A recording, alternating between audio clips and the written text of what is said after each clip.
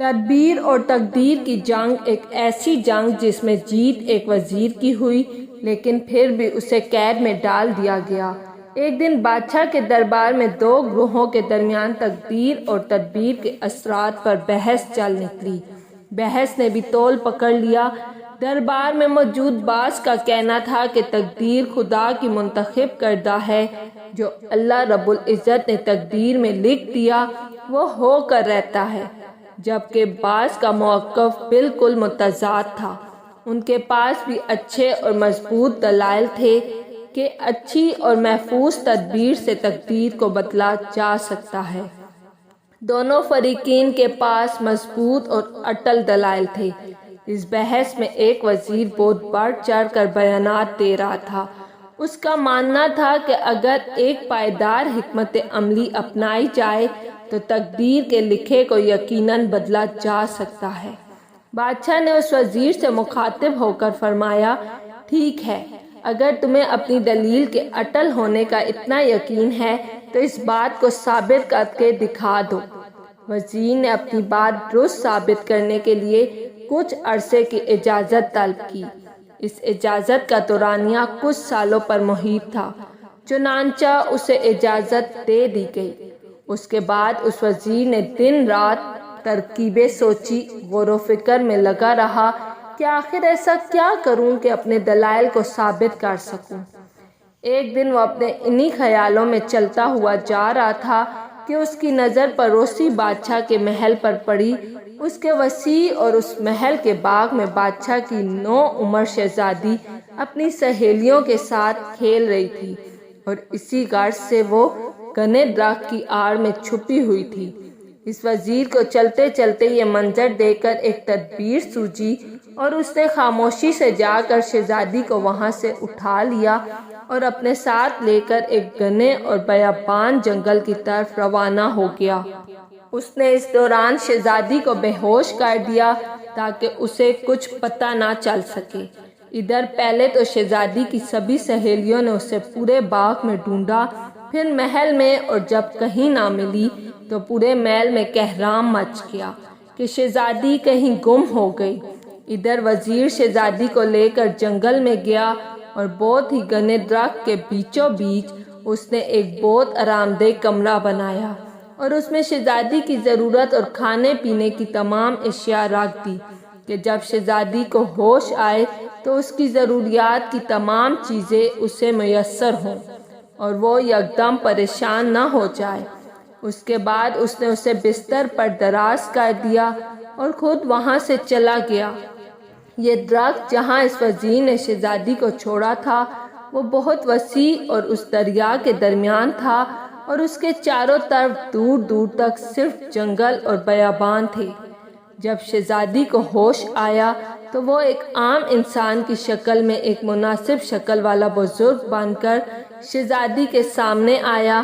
جب شہزادی ہوش میں آئی تو خوب روئی، لیکن وزیر نے اس کے پاس اس کی تمام ضروریات کی اشیاء رکھی اور اسے یہ کہہ کر چلا گیا کہ میں اب یہاں کل آؤں گا، اب تم آرام کر لو۔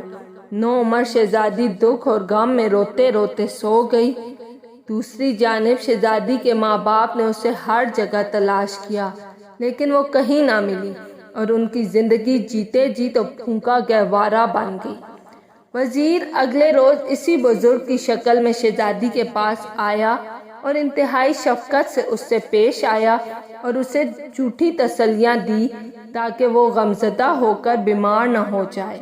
پھر اس نے شہزادی سے اس کی پسند کی چیزوں کے متعلق پوچھا اور وہ سب اسے مہیا کر دیا جو کہ اس کی ضرورت تھی۔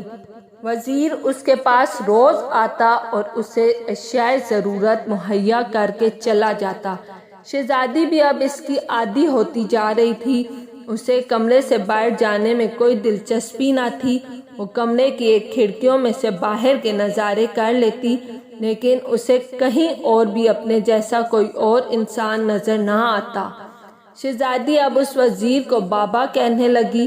وقت گزرتا گیا اور شہزادی نوعمری سے جوانی کے دور میں داخل ہو گئی۔ اب وزیر کا شہزادی کے پاس آنے کا دورانیہ طویل ہو گیا اور وہ کئی دن تک وہاں نہ آتا، کیونکہ اسے اب یقین ہو گیا تھا کہ اسے اپنی بات ثابت کرنے کے لیے جن دلائل کی ضرورت تھی وہ انہیں حاصل کر چکا ہے، اور جلدی وہ اسے بادشاہ کے سامنے پیش کر دے گا اور اپنی شرط جیت جائے گا۔ ایک دن جب کہ شہزادی بالکل اکیلی تھی، اچانک جنگل بیابان میں طوفان کے آثار نظر آنے لگے۔ شہزادی نے ایسی طوفانی کیفیت پہلی مرتبہ دیکھی تھی، اس لیے ڈر اور خوف سے اس کا برا حال تھا۔ کمرے کے باہر دریا اور جنگل میں خوفناک طوفان برپا ہو گیا۔ وہ ایک طرف ڈر کر بیٹھ گئی۔ کافی دیر گزر گئی کہ اسی دوران دروازے پر دستک سنائی دی۔ شہزادی کا خوف اور دہشت سے برا حال تھا۔ اس نے ڈرتے ڈرتے دروازہ کھولا تو وہ حیران رہ گئی کہ اس کے سامنے دونوں جوان لڑکے کھڑے تھے۔ ان میں سے ایک اپنے ظاہری حلیے سے امیر جبکہ دوسرا غریب لگتا تھا۔ انہوں نے سلام کیا، پھر کہنے لگے، ہم دریا میں شکار کرنے نکلے تھے لیکن شدید طوفان نے ہمیں گھیر لیا۔ ہمیں کچھ وقت کے لیے پناہ دے دیجیے۔ اس طوفان میں ہماری کشتی ٹوٹ چکی ہے اور ہمارے دیگر ساتھی بھی لاپتہ ہو گئے ہیں۔ ایسا معلوم ہوتا ہے جیسے وہ سب دریا میں ڈوب گئے ہیں۔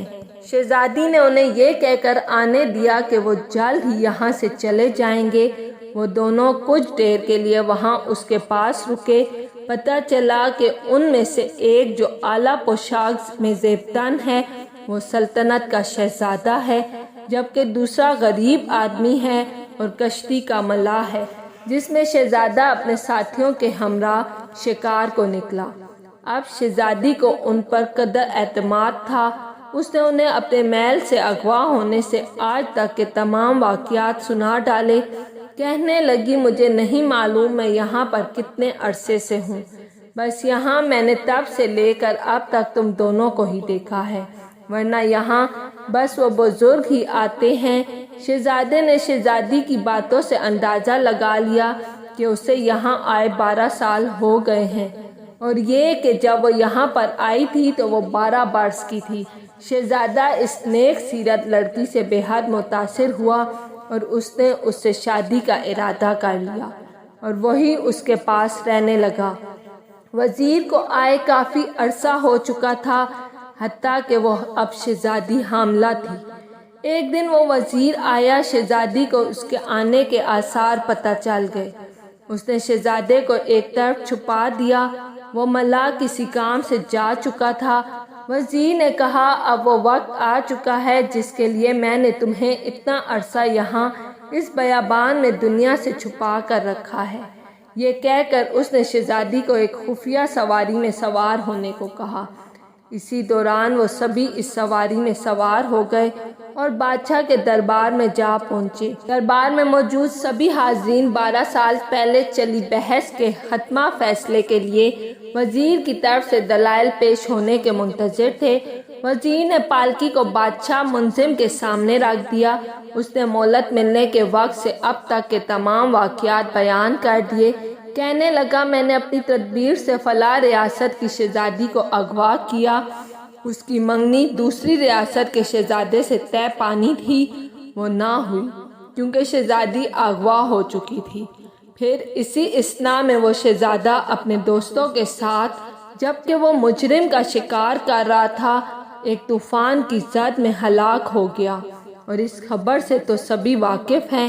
اس طرح میں نے اپنی حکمت سے اس کی تقدیر کو بدل دیا۔ اس کے بعد اس نے پالکی کا دروازہ کھول کر شہزادی کو باہر آنے کے لیے کہا۔ جب شہزادی باہر آئی تو وہ ایک نہیں بلکہ 3 لوگ تھے۔ شہزادی، وہ طوفان میں آیا ہوا شہزادہ جو کہ اب اس کا شوہر تھا، اور ان کی گود میں ایک نومولود بچہ بھی تھا جو کہ ان کا بچہ تھا۔ یہ منظر دیکھ کر وزیر حیران رہ گیا۔ حقیقت جان کر یہ بات تو صاف ہو گئی کہ خدا کی لکھی ہوئی تقدیر کو کوئی نہیں بدل سکتا۔ بلا شبہ کوشش جائز ہے، لیکن اس کا فیصلہ بھی اللہ ہی کے ہاتھ میں ہے۔